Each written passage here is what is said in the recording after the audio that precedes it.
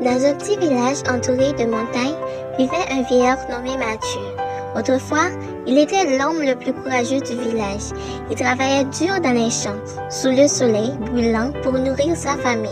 Il avait un fils unique, Daniel, qu'il aimait plus que tout au monde. Mathieu s'était privé de beaucoup de choses pour que Daniel puisse aller à l'école. Il vendait ses récoltes, parfois même ses animaux, pour payer les cahiers et les uniformes.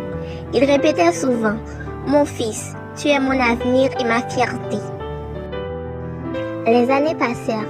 Daniel grandit, trouva du travail en ville et gagna bien sa vie. Mais peu à peu, il changea. Il visita de moins en moins son père. Les appels devinrent rares. Les excuses se multiplièrent. « Je suis occupé. Je viendrai le mois prochain. » Un jour, Mathieu tomba gravement malade. Il n'avait plus la force de marcher jusqu'au puits. Il toussait la nuit et restait seul dans sa petite maison silencieuse. Les voisins l'aidaient comme ils pouvaient, mais son cœur souffrait plus que son corps. Ce n'était pas la maladie qui le brisait, c'était l'absence de son fils.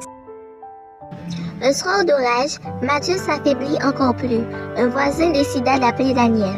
« Ton père est très malade. Si tu veux le voir, viens maintenant. » Daniel hésita. Il avait une réunion importante le lendemain, mais quelque chose dans la voix du voisin le troubla.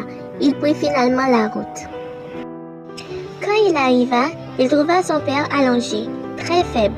Mathieu ouvrit doucement les yeux et murmura « Mon fils, je suis heureux de te voir. » Daniel tomba à genoux en voyant les mains ridées de son père.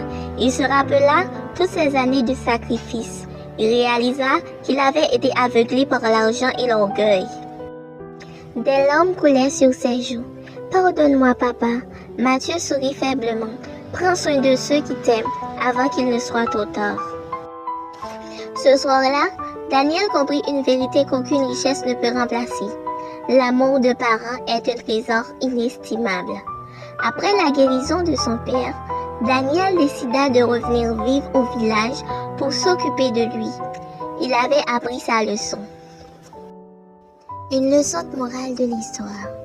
Ne néglige jamais tes parents. L'argent et le succès ne remplacent pas l'amour et la présence.